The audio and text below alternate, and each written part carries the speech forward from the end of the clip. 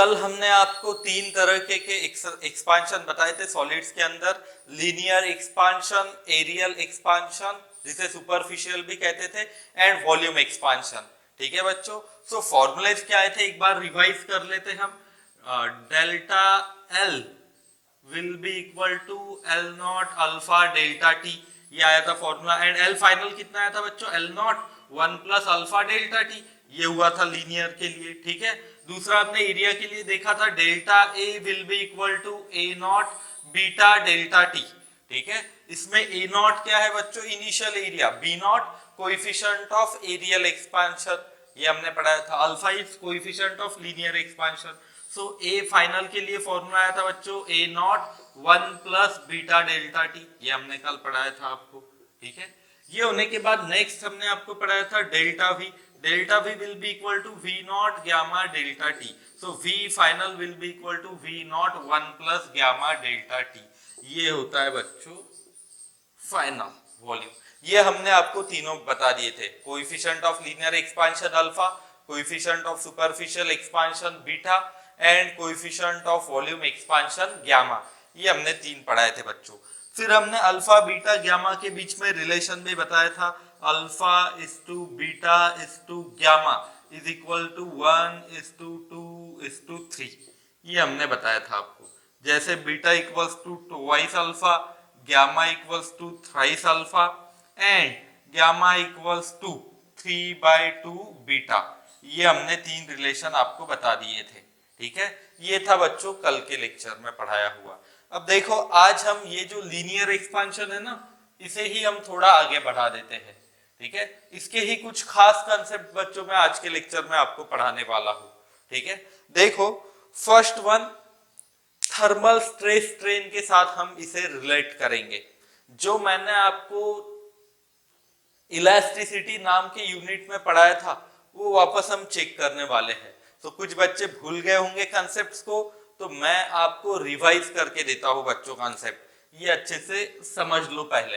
ये अगर कंसेप्ट आपके ख्याल में आ गए तो इसे हम कोरिलेट करके और भी कुछ कंसेप्ट चेक करेंगे जो मैंने पहले एक बार पढ़ाए भी थे आपको इलास्टिसिटी पढ़ाते वक्त, बट अब मैं आपको वापस ये पढ़ाने जा रहा हूं बच्चों। तो देखो कुछ कंसेप्ट है इस तरीके से, ठीक है कुछ बच्चा आ रहा है अभी भी, देखो ऐसा। पहले तो आपको स्ट्रेस के लिए फॉर्मूला पता होना चाहिए, restoring force per unit area. ठीक है, तो हम इसे फोर्स पर यूनिट एरिया भी लिख सकते हैं। इक्विलिब्रियम में external force internally restoring force equal रहते, तो ये स्ट्रेस था बच्चों जो हमने पढ़ाया था आपको। दूसरा हमने आपको स्ट्रेन पढ़ाया था। स्ट्रेन क्या रहता है बच्चों, देखो स्ट्रेन इज नथिंग बट, अब जिन्होंने ये पढ़ानी, ये बहुत ही सिंपल कंसेप्ट है, देखते से ही समझ में आ जाते हैं। Stress force per unit area होता है, ठीक है, restoring force per unit area. Strain होता है it is change in dimensions upon original dimensions. अगर लेंथ की बात करें तो change in length upon original length, ये है बच्चों स्ट्रेन। ठीक है, एंड थर्ड आपको बच्चों यंग्स मॉड्यूलस पता होना चाहिए। यंग्स मॉड्यूलस ये एक और टर्म होती है इलास्टिसिटी के अंदर ही, जिसे y से डिनोट करते हैं। Young's modulus is nothing but this stress, ये जो स्ट्रेस है स्ट्रेस अपॉन स्ट्रेन। ये बच्चों आपको बेसिक कुछ पता होने चाहिए, ये अगर पता है तो हम आगे के कॉन्सेप्ट्स बहुत सिंपली समझ सकते हैं। ठीक है, देखो हमने क्या किया, फर्स्ट कॉन्सेप्ट ये लीनियर एक्सपांशन के साथ थर्मल स्ट्रेन का क्या रिलेशन है वो हम चेक करने वाले हैं। तो हम चेक करेंगे बच्चों थर्मल स्ट्रेस एंड स्ट्रेन। ठीक है, क्या होगा तो इसके लिए सबसे पहले एक काम करते हैं, मैं एक फ्री रॉड ले लेता हूं। ठीक है, free rod of length L, एक फ्री रॉड ले लिया हमने जिसकी लेंथ है बच्चों L। इस L लेंथ के रॉड को मैंने किया हीट। ठीक है, हम क्या कर रहे हैं, इस रॉड को हम कर रहे हैं heat, so it's temperature is raised bye delta T. So now temperature of rod is increased by delta T. Delta T से टेम्परेचर बढ़ाता हूं तो रॉड क्या होगा बच्चों बताओ हमें, रॉड की लेंथ इंक्रीज होगी। सो ये जो रॉड पहले एल लेंथ का था, टेम्परेचर बढ़ाने की वजह से इसकी लेंथ थोड़ी बढ़ जाएगी, ये लेंथ होगी एल प्लस डेल्टा एल, ठीक है, L plus delta L. Now change in length होने की वजह से कुछ स्ट्रेन स्ट्रेस हम ये कुछ सोच सकते हैं, बट बच्चों याद रखना, if rod is free, free अगर रॉड है तो क्या कोई इसके ऊपर बाहर से ऐसे कुछ फोर्सेस लगाएगा, ऐसे बाहर से फोर्सेस नहीं, ये तो रॉड फ्री है, फ्री है तो ये खुद ब खुद ऐसे एक्सपांड होते जा रहा है, मींस इसके ऊपर बच्चों कोई एक्सटर्नल फोर्स नहीं एक्ट होगा, ना ही कोई इंटरनल फोर्सेस रिस्टोर होंगे, रिस्टोरिंग फोर्सेस एक्ट होंगे। इसकी वजह से ही इसके अंदर नो स्ट्रेस एंड स्ट्रेन। क्या ये याद रहेगा आपको? बेसिक एक पॉइंट मैंने बताया है कि if suppose the rod is free, there is no stress और स्ट्रेन इन इट, इसके अंदर कोई स्ट्रेस नहीं इंड्यूस होता बच्चों, एंड कोई स्ट्रेन नहीं इंड्यूस होता। ये है सबसे बेसिक बात, ठीक है, थर्मल स्ट्रेस स्ट्रेन के बारे में। सो ये पहले बेसिक आप लिख लो, मैं इसके ऊपर से और आगे कंसेप्ट आपको बता देता हूं। देखो बच्चों, if rod is free, thermal stress induce is zero. If suppose हमने एक काम किया सेकंड केस में, क्लैम्प्ड रॉड को हम चेक कर रहे हैं, ठीक है, rod is clamped, clamped means इस रॉड की जो दोनों एंड्स है बच्चों, इन्हें हमने फिक्स कर लिया, ठीक है, रॉड्स के दोनों एंड को फिक्स कर लिया, whose length is L, L length के है ये, ठीक है। Now its temperature is increase by delta T, temperature में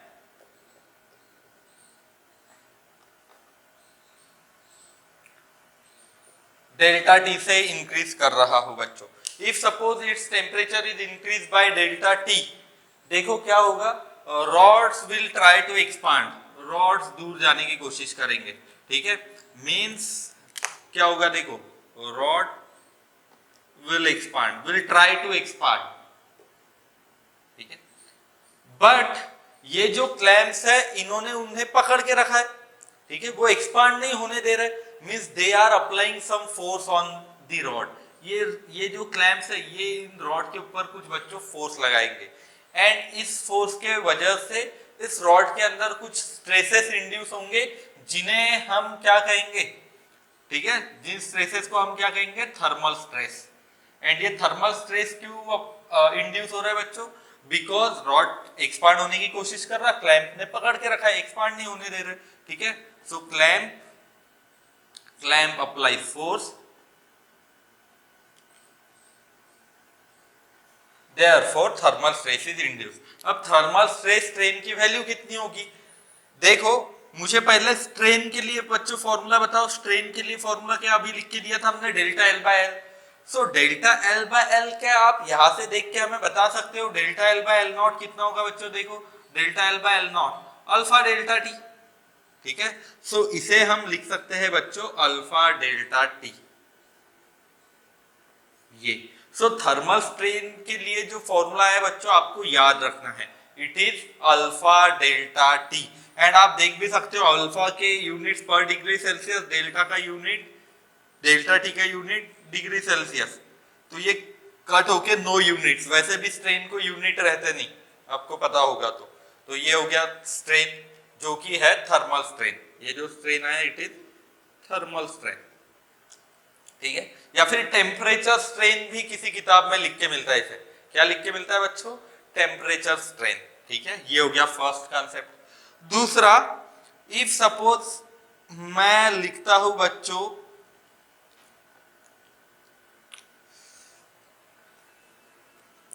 यंग्स मॉड्यूलस का फॉर्मूला, यंग्स मॉड्यूलस के फॉर्मूले के लिए बताओ क्या आता है, यंग्स मॉड्यूलस का formula y equals to stress upon strain equals to y, but मैं क्या यहां से स्ट्रेस बच्चों ऐसे लिख सकता हूं y इंटू स्ट्रेन, ऐसे लिख सकते हैं ना हम, सो मैं लिखता हूं y इंटू स्ट्रेन की वैल्यू बताओ कितनी आई, अल्फा डेल्टा टी, ठीक है, y अल्फा डेल्टा टी, ये आया बच्चों स्ट्रेस के लिए फॉर्मूला, जो है टेम्परेचर स्ट्रेस और थर्मल स्ट्रेस। तो आपको इसके सिंपली क्वेश्चन भी मिलते हैं बच्चों, तो थर्मल स्ट्रेस स्ट्रेन के लिए फॉर्मूला कितना है बच्चों, y अल्फा डेल्टा टी, ये निकल के आए।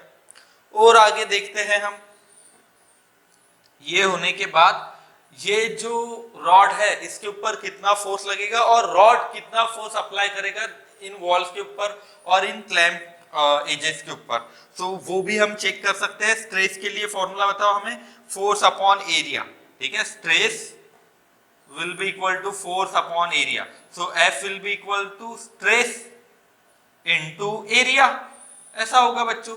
सो स्ट्रेस के लिए फॉर्मूला बताओ y alpha delta t into area A, so F के लिए फॉर्मूला है बच्चों y A alpha delta t। सो आपको बच्चों ये तीन फॉर्मूले याद रखने हैं, thermal strain alpha delta t, thermal stress y alpha delta t and force applied is y A alpha delta t। ये है बच्चों concept thermal stress and strain के। इन्हें पॉज करो एंड अच्छे से समझ लो एंड लिख लो। नेक्स्ट मैं इसके ही और कुछ एप्लीकेशंस बता देता हूं, ठीक है।